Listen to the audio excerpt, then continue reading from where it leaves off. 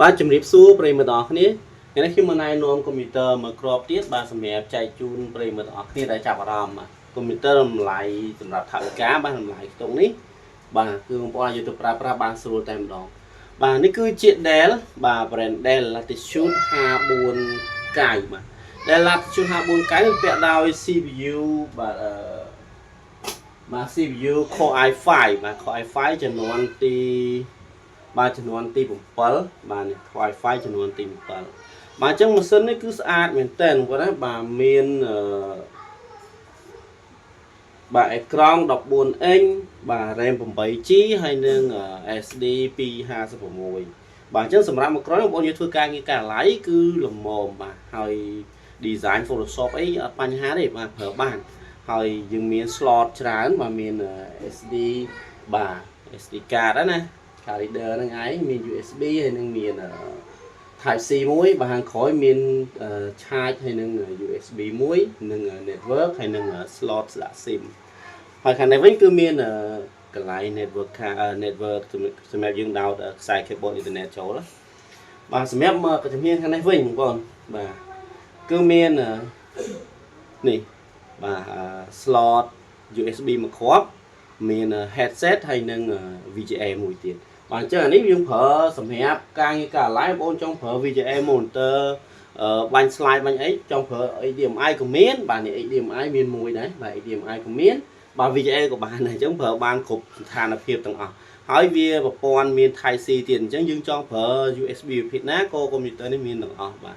ហើយតម្លៃធូរថ្លៃជាងប៉ុណ្ណាបាទសម្រាប់កុំព្យូទ័រមួយគ្រាប់នេះគឺលក់ជូនបងប្អូនតម្លៃតែ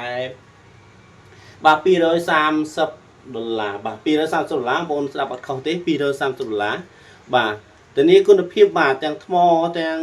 hardware software បាទគឺប្រើបានស្រួលមែនតើបាទកុំព្យូទ័រមួយគ្រាប់ហ្នឹងណាបាទហើយបងប្អូនជាវគឺខ្ញុំបាននឹងចែកបាទថែមជូនបងប្អូនមាន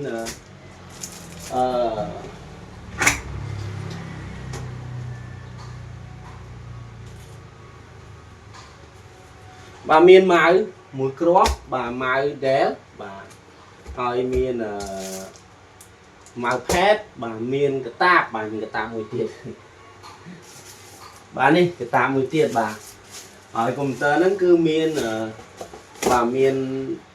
power charge អីរបស់វាមកកុំភ្លេចប៉ុណ្ណាអត់បារម្ភទេព្រោះកុំព្យូទ័ររបស់យើងយកមកគឺមានតែងតែមានហើយ charger ហ្នឹងយកប្រើធានាគុណភាពបាទ charger វាដូចជា65 វ៉ាត់បាទអញ្ចឹងបងប្អូនដែលចាប់អារម្មណ៍អាចចាត់តូនជាមួយនឹងលេខ Telegram ដែលបងប្អូនបានឃើញលើអេក្រង់លើវីដេអូនេះស្រាប់បាទចាប់អារម្មណ៍អាចឆាតបានបងណាសូមបញ្ជាក់ឡើងវិញកុំព្យូទ័រនេះគឺ Dell Latitude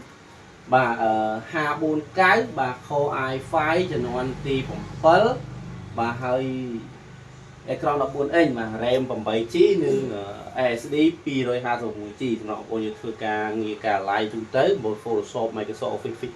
Office Excel Word PowerPoint ណាបាទធ្វើការងារបានមករលូនតែម្ដងមកឈ្មោះវិញក៏គុណក៏ទធន់ប្រើបានដែរបាទអញ្ចឹងល្អប្រើមែនតើបាទហើយតូចល្មមបងណាប៉ុណ្ណេះមកដាក់ជាមួយនឹងអូយលយបាទលយមែនតើបាទអញ្ចឹងបងចាប់អារម្មណ៍អាចឆានអត់បានបាទអរគុណបាយបាយ